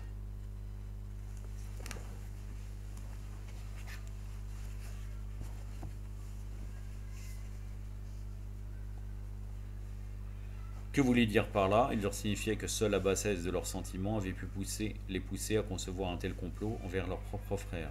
L'être humain dont l'âme est pure ne se laisserait jamais convaincre qu'un acte consistant à faire du tort à un proche est admissible. La même chose se produisit avec les enfants d'Israël et le Samiri. Les enfants d'Israël ou l'Yahoud, parce qu'en fin de compte, dans le Coran, quand Allah subhanahu wa ta'ala emploie le terme juif, même si c'est le même peuple, c'est pas du tout le même sens. Vous devez rechercher dans le Coran, quand Allah subhanahu wa ta'ala dit Bani Israël, vous verrez qu'il emploie dans un certain sens, et le terme juif Yahoud autrement. En réalité, là, même si Sayyid Amar Nechawani a dit les enfants d'Israël, il aurait dit les Juifs et Samiri. La même chose se produisit avec les enfants d'Israël et Samiri. Après avoir traversé la mer Rouge, les enfants d'Israël se sont installés près de l'endroit où le prophète Moussa, alayhi salam, devait recevoir les commandements. Le prophète Moussa, alayhi salam, devait s'absenter pendant 30 jours. Toutefois, Allah a souhaité les garder le plus longtemps et il a retenu 10 jours de plus. Bon, il a souhaité le garder le plus longtemps. Bien sûr, c'est Allah subhanahu wa ta'ala dit cela. Il a dit 30 et on a rajouté 10. Mais il faut revenir au tafsir sur ce sujet-là. Parce que normalement, il y a une raison si Allah subhanahu wa ta'ala a rajouté 10. Puisque c'était 30 au départ. Il y avait parmi les enfants d'Israël un homme connu, son nom de Samiri. Il constata que les autres commençaient à se demander pourquoi le prophète Moussa, alayhi wa salat ala Muhammad wa ali Muhammad, tardait à revenir. Selon certains hadiths, Samiri avait en sa possession de la poussière provenant des ailes de l'ange Gabriel, Jibril, qui l'éparpilla sur la statue d'un veau. Il est dit que comment il a récupéré la poussière de Jibril, c'est parce que Jibril, alayhi salam, avait pris la forme d'un être humain et il a vu que l'endroit où il marchait, la terre était sèche, et quand, à chaque fois que Jibril marchait, il voyait la terre qui prenait vie. C'est-à-dire il y avait un mouvement qui se créait, peut-être une plante ou quelque chose, il y avait une vie qui se créait. C'est comme par exemple avec le prophète Khed. Pourquoi on appelle Khed le verdoyant? Parce qu'à chaque fois qu'il marchait, si c'était sèche, il y avait de la verdure qui poussait derrière lui. Et là, donc, c'était les pas de Jibril qu'il a pris. Il a remarqué que ça vivait, donc il s'est dit, je vais faire ça sur le veau, sur la statue du veau. De ce fait, la statue commença à émettre des sons et les enfants d'Israël commençaient à vénérer la statue. Donc il a pris cette poussière, cette terre qui vivait, il a jeté sur le veau, sur la statue.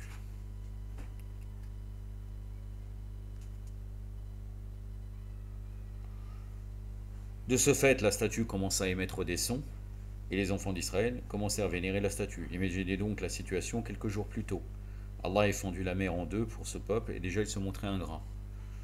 À son retour, le prophète Moussa, alayhi salam, demanda à son frère Aaron, alayhi salam, des explications sur les agissements de son peuple.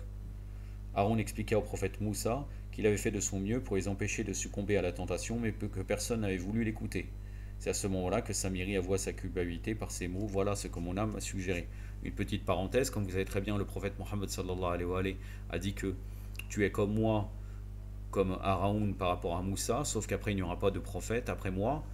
L'attitude de l'imam Ali alayhi salam est exactement la même qu'avec Aaron. C'est-à-dire ils ont adoré le veau qui pour le tafsir de Al-Bayt est Abu Bakr. On parle de l'époque, on parle pas de... Et en fait il a dit j'ai craint qu'il soit divisé. C'est pour ça qu'il n'a pas eu une attitude directement de djihad contre eux. Malgré que bon, il y avait l'histoire de la tradition des 40, mais en tout cas, globalement, c'est cela. C'est-à-dire que la biographie de Haroun colle tout à fait avec d'autres noms différents à l'imam Ali. Vous pourrez le constater si vous observez, si vous lisez la biographie de Haroun et vous la comparez avec l'imam Ali, alayhi salam. C'est à ce moment-là que Samiri avoua sa culpabilité par ces mots. Voilà ce que mon âme m'a suggéré. Sourate 20, verset 96.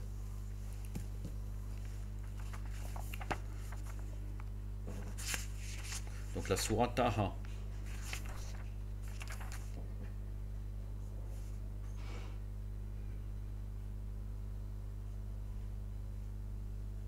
أعوذ بالله السميع العليم من الشيطان الرجيم وكذلك سولت لنفسي صدق الله العلي العظيم. J'ai été trompé par mon âme, j'avais en face de moi la statuette, et en même temps j'ai observé les enfants d'Israël, ils avaient l'air confus. J'ai alors profité de leur faiblesse pour les encourager à vénérer la statue de l'animal qui produisait un son. Samiri a admis qu'il est indispensable de faire des efforts pour dominer son soi et l'empêcher de causer du tort afin de rester sur la voie d'Allah. À son retour de la bataille de Jamal, donc la bataille du Chameau, le commandeur des croyants Ali alayhi salam fit un discours pour le peuple de Bassora. C'est une ville en Irak. Un des hommes de l'assemblée était installé à terre pour noter les paroles d'Ali ibn Abi Talib alayhi salam. Ali demanda alors l'identité de l'homme et on expliqua qu'il s'agissait de Hassan el-Basri. Là vous allez voir une position de Sayyid Amar Nechawani qui est tout à fait juste mais qui se contredit avec d'autres propos qu'il dit ailleurs. Pas sur Hassan al-Basri en lui-même, sur ceux qu'ils ont dévié totalement après le prophète sallallahu alayhi wa sallam. Donc on lui expliqua, on lui dit qu'il s'agissait de Hassan al-Basri. L'imam Ali alayhi salam déclara: chaque peuple a son Samiri, et Hassan al-Basri est le Samiri de cette nation. C'est un hadith qui est trouvable entre autres dans Bira el Anwar. C'est bien. Et Hassan al-Basri est un personnage vraiment important pour les mukhalifines, car Hassan al-Basri, on dit que c'est l'ancêtre des soufis, ou bien de ceux qui feraient le zawd, l'abstinence. Normalement, là, les mukhalifines ne seraient pas contents quand tu critiques Hassan al-Basri, toi, Sayyid Amar Nakshawani. Mais à des moments donnés, tu l'es. Dans un autre côté, tu peux dire Imam Malik, Imam, on les loin. Entre autres, Shafi'i, tu l'avais bien dit au moment de l'imam Sadiq, la biographie de l'imam Sadiq alayhi salam. Lorsqu'on lui demanda plus de détails, il s'expliqua: il y a une différence tout de même entre Samiri et Hassan al-Basri. Samiri, quand il a détourné le peuple de Moïse, il ne laissait personne s'approcher de lui. Tandis qu'Hassan al-Basri, donc là il dit qu'Hassan al-Basri est pire que le Samiri. Lui appelle les gens autour de lui pour leur dire pourquoi Ali ibn Abi Talib alayhi salam est dans l'erreur et pourquoi il ne devrait pas combattre l'injustice et les oppresseurs. Je pourrais dire c'est la fitna, comme un peu Abu Moussa al-Ashari lors de la bataille de Siffin. Il a dit non, haram de sortir, Muawiyah, un grand compagnon, l'imam Ali, un grand compagnon. Hassan al-Basri, pareil, il veut dissuader les gens d'aller faire le djihad contre les ennemis. Et nous pouvons constater cela dans toutes les communautés. Il y a toujours un groupe de gens qui s'adonnent au mal et qui encouragent les autres à faire pareil. En deuxième lieu, nous avons al-nafs al-lawama, donc l'âme réprobatrice. Les psychologues la définissent comme étant la conscience morale de l'être humain. C'est comme dans les dessins animés, quand vous voyez un petit diable qui est là et un ange. Hein, à droite, sûrement à droite, l'ange, je ne sais pas, je n'ai pas fait attention. Il lui parle. L'ange lui dit ne fais pas ça. Nafs al-lawama, c'est ça, c'est la conscience intime qui nous dit de ne pas faire le mal. Quels sont les sentiments de l'être humain à ce niveau? À ce stade, l'homme commet des péchés, mais il éprouve du regret par la suite. La conscience est fonctionnelle. C'est la petite voix intérieure qui nous dit ceci est mauvais, cela est bien, ce n'est pas juste, c'est convenable. À chaque fois que l'on s'apprête à faire quelque chose, la conscience fait des commentaires. Dans la première catégorie, elle a disparu, et l'être humain est noyé dans le monde du péché, à force de faire le péché. Il y a un hadith qui, entre autres, cité dans Ma'ajat al-Bayda de Morsen Faid el-Kashani, qui dit que le cœur, c'est comme il est blanc, et quand on fait un péché, ça met un point noir. Quand on demande pardon, on enlève cette noirceur. Mais si on continue, il devient noir, noir, noir, jusqu'à ce qu'il devient tout noir. Et là, à ce moment-là, il n'y a plus de conscience. Il n'y a que l'âme qui ordonne le mal. Dans la première catégorie, elle a disparu, l'être humain est noyé dans le monde du péché, mais ici, l'homme est constamment en train de réfléchir, de se remettre en question. Quand il s'adonne au mal, l'esprit se dit « je n'aurais pas dû aller aussi loin ». Voilà, là j'arrive au sujet de vérification historique. Sur qui? Mohammed ibn Shahab al-Zuhri. Car nos savants ont divergé sur lui. Et je vais le démontrer, je vais montrer un des avis négatifs. D'après ce que j'ai pu observer dans les recherches et suivre certaines choses, il était un agent des Omeyyades, mais par la suite il s'est repenti. Pour l'instant, je vous cite l'histoire que dit Sayyid Amar Nakshawani. Je vais vous donner l'opinion de ceux qui disent que Mohammed ibn Shahab al-Zuhri est quelqu'un de pas bien, en prenant le sens inverse, c'est-à-dire comme quoi il était bien et après il est devenu mauvais. Et une autre opinion que j'ai adoptée, qui considère que Mohammed ibn Shahab al-Zuhri s'est repenti, et avec un texte qui montre que même vers la fin, il a été privilégié de voir un certain fait historique qui démontre qu'il faisait partie à la fin des proches, peut-être pas des compagnons, mais des proches, des gens qui étaient assez proches des imams, entre autres de l'imam Zayn al-Abidin. Donc je cite l'histoire que va dire Sayyid Amar Nakshawani, et après je vais faire l'analyse. Mohammed ibn Shahab al-Zuhri était l'un des gouverneurs des Omeyyades au temps du quatrième imam Zayn al-Abidin. Un jour, il se trouve avec ses parents aux alentours de la Kaaba en même temps que l'imam. Tout d'un coup, il se mit à crier, à gémir, et la foule se rassembla autour d'eux. Les gens se tournèrent vers ses parents pour connaître la raison de ses plaintes. Ses parents expliquèrent: notre fils est en train de vivre un tourment et personne n'est en mesure de l'aider. Nous l'avons amené ici à la maison sacrée pour qu'il puisse trouver un peu de réconfort, mais malgré cela, il est incapable de se calmer. Quelqu'un dans la foule leur suggéra alors de s'adresser à Zayn al-Abidin alayhi salam. On appela l'imam, et celui-ci demanda à Mohammed ibn Shahab ce qui le mettait dans un tel état. Il expliqua: j'ai ordonné l'exécution d'un homme et depuis ma conscience n'arrête pas de me faire des reproches, je n'en peux plus. Donc, un indice positif, ce qui a été dit avant, il a encore une conscience. Il a tué un homme, il se sent mal.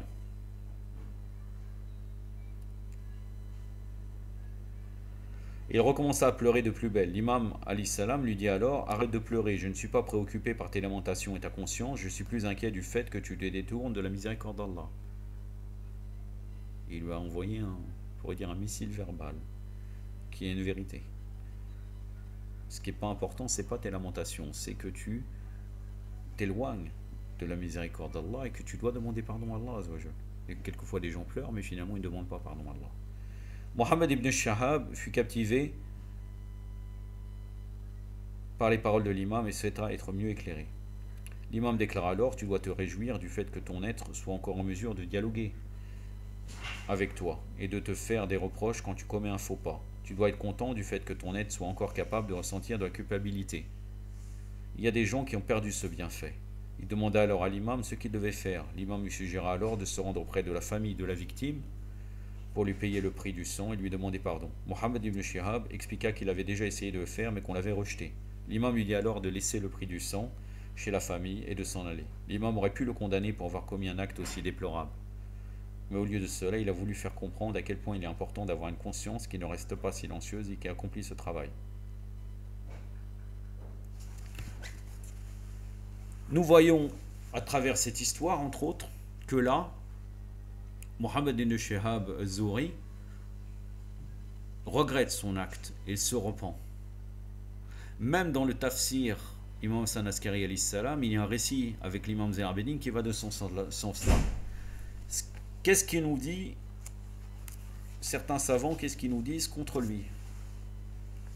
Et après, je donne la conclusion du texte que j'ai retrouvé.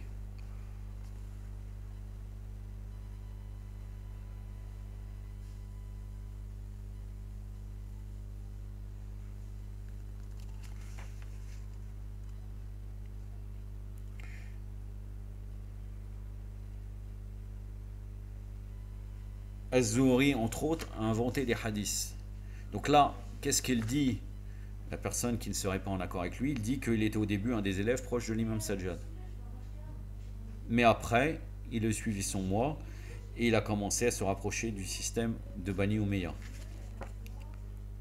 Alors qu'on peut voir qu'il y a l'inverse qui est dit. C'est-à-dire qu'il était de Bani Umayya et qu'après il s'est repenti. Il a même inventé énormément de hadiths. Il y a un hadith que Zuhri a inventé, entre autres, que Yaqoubi rapporte dans son histoire. On ne prépare ses bagages que pour 3 mosquées: la mosquée d'Al-Haram, de Majid el-Haram, la mosquée de Médine, et la mosquée d'Al-Aqsa, la pierre sur laquelle le messager d'Allah a posé le pied, à la même valeur que la Kaaba.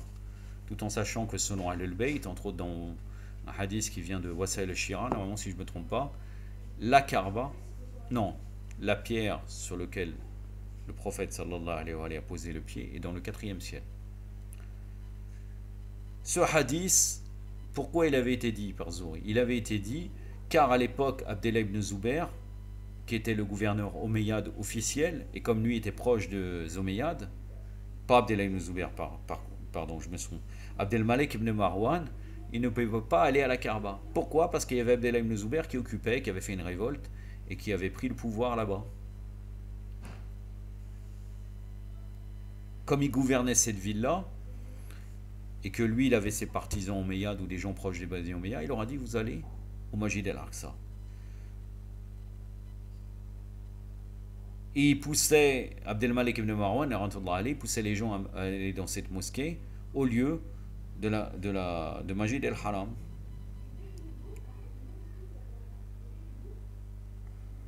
Il y a même des gens qui ont fait le pèlerinage là-bas à Quds, à Jérusalem, au lieu de la Mecque.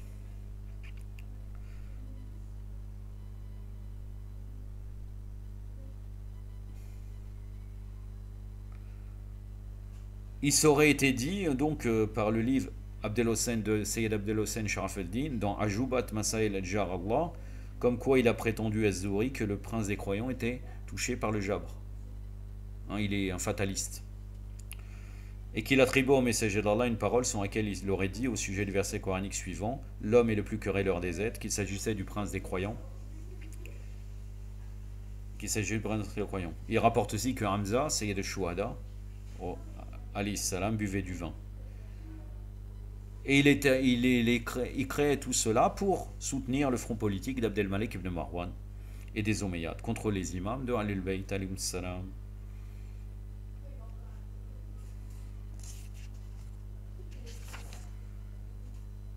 Donc c'est ce qui est dit globalement sur Az-Zuhri par ceux qui pensent qu'il ne s'est pas repenti.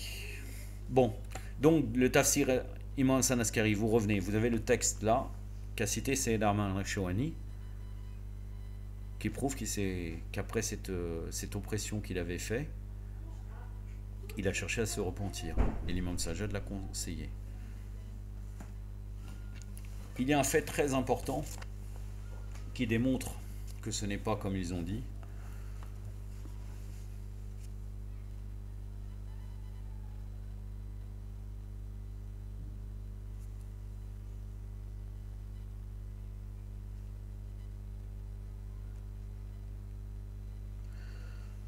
Dans Al-Kafi, il y a toujours, vers la fin du Kitab al-Hujja, le livre de la preuve, nous avons toujours de la naissance de prophète Mohammed, de la naissance de l'imam Ali, de la naissance de l'imam Hassan. Et qu'est-ce que c'est? C'est quelques hadiths qui nous démontrent comme quoi l'imam précédent a nommé son successeur. Donc par exemple pour l'imam Zayn al-Abidin, vous allez trouver des hadiths de l'imam Hussein qui nomme Zayn al-Abidin, l'imam Zayn al-Abidin. Pour l'imam Baqir, la même chose. Et bien entendu, les témoins de ce fait, car bien sûr c'était le temps de Taqiyya, sont des privilégiés. Az-Zuhri est une des personnes qui était présent quand l'imam Zayn al-Abidin devant quelques privilégiés a nommé l'imam Baqir. Comment on peut expliquer ça? Un ennemi de Ahlul Bayt qui serait là, qui est présent donc sûrement dans un lieu secret, puisque généralement ça s'est toujours passé comme cela, il est présent au moment où il nomme l'imam Baqir. Pour moi ça se passe de commentaires. Après, est-ce qu'on va faire Taradi ou bien le lard? On va faire Torqif, on va s'arrêter ici. Ni on va le maudire, ni on va dire que la miséricorde ou bien qu'il soit agréé d'Allah Azzawajal, si on est précautionneux. Mais les gens dans différents domaines peuvent dans leur vie changer comme nous on peut changer. Je vous cite le riwaya et je vous citais les références qui ne sont pas moindres, qui sont vraiment des références très importantes. Az-Zuhri rapporte, ayant rendu visite à Ali ibn al-Hussein, je lui ai demandé si le décret d'Allah venait se réaliser, qui devrons-nous suivre après toi? Une question fondamentale. Donc il est au courant, même il est au courant qu'après on doit suivre un imam. Pour lui, ne pas suivre un imam, c'est évident. Pour lui, c'est la perdition. Qui devons-nous suivre? Ça, c'est important. L'imam me répondit: vous devez suivre ce fils, montrant du doigt son fils Mohammed al-Baqir, car il est mon exécuteur testamentaire, mon héritier, le coffre de mon savoir, la source de ma science après moi, et celui qui pénétrera les sciences en profondeur. J'ai demandé la raison. Regardez, même l'imam va lui répondre. Pourquoi il n'a pas désigné son fils aîné? Il leur répondit: oh Abu Abdallah. Donc c'est le kunya de Zuhri. L'imama n'a rien à voir avec le plus âgé ou le moins âgé. C'est ainsi que le messager d'Allah sallallahu alayhi wa sallam nous l'a remis. C'est ainsi également que nous avons trouvé consigné sur la tablette de la loi et le feuillet Sahifa. Désireux d'en savoir davantage, j'ai demandé au fils du messager d'Allah: votre prophète vous a-t-il confié que vous seriez les légataires après lui, ses légataires après lui? Et regardez quel privilège va avoir Zuhri. L'imam Ali Sajjad répondit: nous avons trouvé 12 noms inscrits sur les feuilles de la tablette, leur imama, les noms de leur père et de leur mère, et que 7 légataires véridiques sortiraient les noms de mon fils Mohammed, et que El-Mahdi serait l'un d'entre eux. Donc là, on donne une information comme quoi, si je suis un agent du Bani Umayya, je saurai forcément qu'il faut suivre. C'est-à-dire qu'il faut surveiller. Al-Khazzaz, Kifayat al-Asar, Isbat al-Huda, volume 5, page 264, Biar el-Anwar, volume 46, page 232, Hadith numéro 9. Hayat al-Qulub, volume 1, page 52-53, Aliyat al-Abrar fil Ahwal Muhammad wa Ali al-Attar, de Sayyid Hashem al-Barani. Vraiment, ce n'est pas des petites références. Édition Muassasat al-Marifat al-Islamiyya, volume 2, page 129. Donc le jugement de Mohammed ibn Shihab az-Zuhri, vous avez compris quelle est ma position. Maintenant, bien sûr, rien ne vous oblige de suivre cela. Je continue et ça sera terminé dans 5 minutes à peu près. Malheureusement, aujourd'hui, partout dans le monde, on voit des gens qui semblent vivants de l'extérieur, mais dont l'âme est agonisante. Nous devons donc prendre le temps de nous demander si nous arrive encore d'écouter notre conscience. Sommes-nous encore vivants? Notre conscience nous a-t-elle suggéré d'accomplir le bien comme de diffuser le message de l'imam de notre temps, de lire et d'apprendre le Coran, de partager notre savoir sur la descendance de Mohammed sallallahu alayhi wa alayhi. Notre djihad consiste donc à maintenir allumé le feu de cette âme, l'awam. Le soi le plus élevé selon l'islam est le soi connu sous l'appellation de nafs al-mutma'inna, donc l'âme apaisée. L'être atteint un tel degré de pureté que lorsque vient l'heure de rompre le jeûne au cours du mois de Ramadan, il se nourrit, non pas dans le but de satisfaire sa faim, mais afin de renforcer le corps pour pouvoir mieux prier son Créateur. Il y a une grande différence entre ces deux notions. Il y a ceux qui mangent pour être faim en quelques heures de privation, il y a ceux qui ont atteint le niveau du nafs, de l'âme apaisée, et de la certitude, et qui ne veut rien d'autre que vénérer le Tout-Puissant. Le soi ici pense à Allah avant, pendant et après l'action, quelle qu'elle soit. Donc encore une fois, c'était un discours qui s'adresse au corps pendant Muharram. Je ne sais pas après, par la suite, si ça sera la même chose, mais globalement, tous ces discours-là sont des discours donnés, oui, c'est exactement pareil, c'est des discours peut-être qu'il a fait les 10 premières nuits du mois de Muharram, ou bien par la suite, qui a continué par la suite. Le 10 Muharram, nous pouvons prendre l'exemple de 3 personnages qui étaient chacune en communication avec leur conscience, mais leur âme était à des niveaux différents. Le premier, c'était Hur ibn Yazid al-Riyahi. Son être était encore conscient.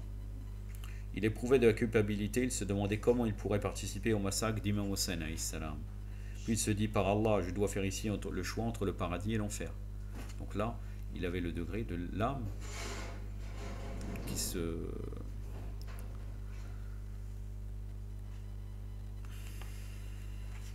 l'âme qui dialogue. Je ne sais plus comment tout à l'heure Allahumma salli ala Muhammad wa ali Muhammad. Réprobatrice, ah là c'est correct, c'est la traduction correcte, c'est nafs al-lawama, l'âme réprobatrice, puisqu'elle réprobe ce que font les êtres humains à l'intérieur de leur conscience. Sa conscience a finalement réussi à le convaincre de se rallier à Abu Abdullah al-Hussein alayhi salam. Le second personnage que je souhaite mettre en avant est Abu Fadl al-Abbas alayhi salam, qui avait en lui la quiétude et la foi. Lorsqu'il arriva au bord du fleuve de l'Euphrate, malgré la soif qu'il éprouvait, il s'est dit « Je ne dois pas boire de cette eau, car sinon la suite ne sera qu'humiliation après le martyre d'Imam Hussein alayhi salam. » Puis sur le chemin du retour, alors que les ennemis étaient en train de l'attaquer, il s'est dit « N'aie pas peur de tes agresseurs, pense au fait que le miséricordieux est en train de t'attendre, et n'oublie pas ton devoir envers le prophète d'Allah. » La troisième personne, elle, n'avait pas besoin d'être guidée par sa conscience, car bien sûr, elle est infaillible. Allah lui-même dialoguait avec l'âme de cette personne. Qui était-ce donc? Il s'agissait d'Abu Abdullah al-Hussein alayhi salam. Allah lui dit: ô âme pure qui est au degré le plus élevé du mutma'inna, ô âme apaisante et apaisée, retourne vers ton Seigneur. Viens donc rejoindre ton Seigneur. C'est le dernier verset de Surat al-Fajr pour ceux qui veulent lire cette sourate. L'imam Sadiq alayhi salam nous dit c'est la sourate de l'imam Hussein alayhi salam. Entre autres parce que des gens on jure par les 10 nuits. Les 10 nuits, c'est soit les 10 nuits de l'Hijjah ou les 10 nuits de Muharram. Et à la fin, le verset qui est cité. Ya ayyuhan nafs al-mutma'inna. Viens donc rejoindre ton Seigneur, tu as très certainement contenté ton Seigneur, et je vois que toi aussi, que tu es toi aussi satisfait de moi. Tu as parfaitement accompli ton djihad l'Azrar, mais ton djihad el-Akbar est encore plus sublime. Inch'Allah, la prochaine fois, le commentaire de Dora Notba, qui bien sûr sera beaucoup plus court, la 29e partie. Par la suite, dans ce livre, ça sera une comparaison entre Mariam alayhi salam et Fatima Zahra alayhi salam. Je suis curieux de voir vraiment qu'est-ce qu'il va nous dire sur cela, car ce sujet-là aussi est un sujet de divergence entre les ulama. Yaktafi ba'da al-qadr wa sallallahu alayhi wa sallam Muhammadin wa atrati al-tahirin wa salamu alaykum wa rahmatullah.